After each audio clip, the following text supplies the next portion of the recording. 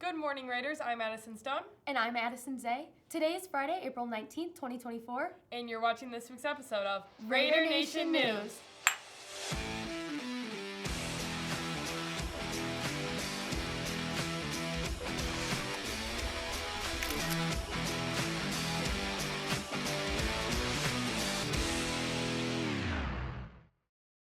Welcome back, Raiders. Our RAD team is recognizing and celebrating LGBTQ plus Americans tomorrow, April 20th, from 11 a.m. to 1 p.m. at Marlow Middle School. The event will include a DJ, a free photo booth, and the annual Rainbow Run/Walk. For more information, follow RAD at 158 on Instagram and Twitter.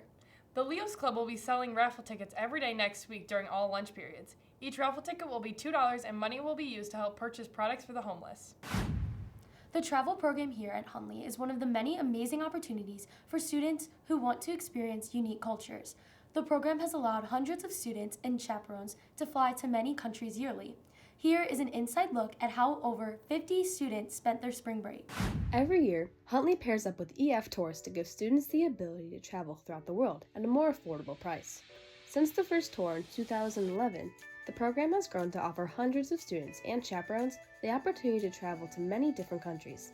This year, the group leader, Mr. Aney, took HHS to Barcelona and Paris.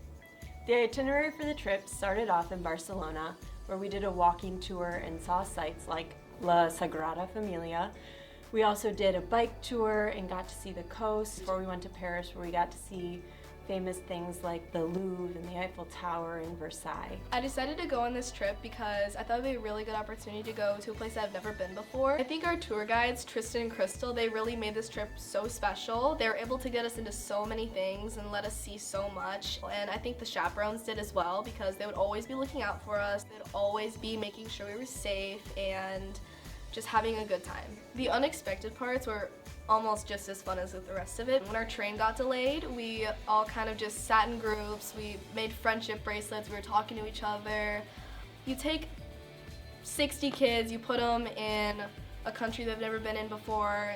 We're gonna make really good bonds, and we all just became a really good group of friends. I'm so grateful to have an opportunity like this.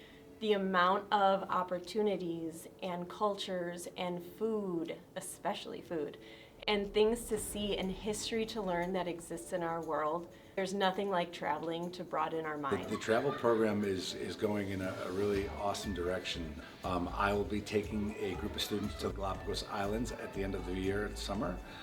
Ms. Sharkey will be taking a group of students to Greece during spring break.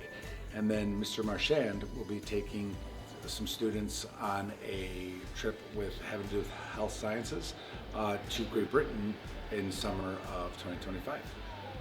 Thank you to all the chaperones who make trips like these possible. If you're looking for a way to attend future tours like this, contact Mr. Aney or Mrs. Sharkey for more information. The Environmental Club at Huntley High School is active all year round, offering students the chance to contribute towards making a positive impact on the environment. As Earth Day is approaching, there are some new ways students can help make a difference. Here at our Huntley High School, there's a club called the Environmentalist Club, led by Miss Yaonin Shuai.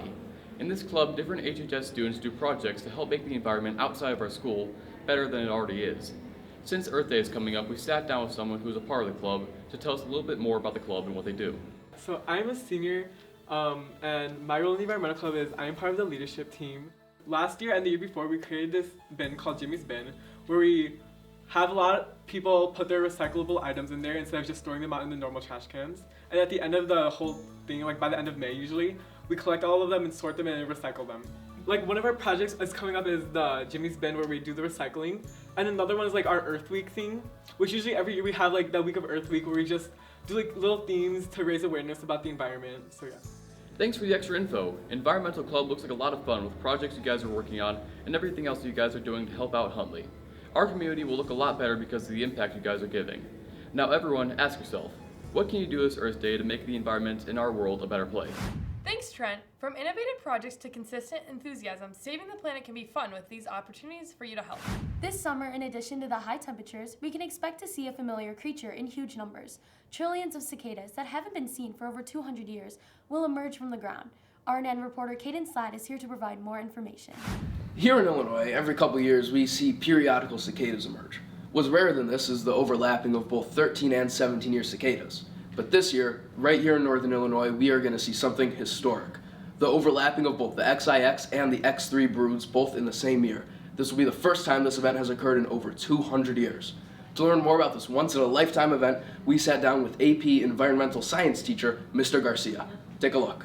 And when it comes to like their cycle, they like one of them's on a 13-year cycle, one of them's on a 17-year cycle, and they actually just, that's what they're doing underground the whole time. They're like nesting, waiting to come out, just kind of like imagine like how a butterfly would go, but like for 13, 18 years, a crazy amount of time. They're gonna just be buzzing, going around. You'll see trees literally covered in cicadas. I remember the last time that happened and you couldn't even walk home without getting attacked by them. I mean, we're talking about trillions of cicadas when it comes to either of them. So if you're talking about another trillion bugs that are gonna come out, eat crops, eat grass, you could see farmers trying to battle that with using even more insecticides, which will, end up going into the water runoff and affecting other things. Kind of doing everything with no wiggle room. It's like, this is the exact amount of food we need to grow to hit these demands.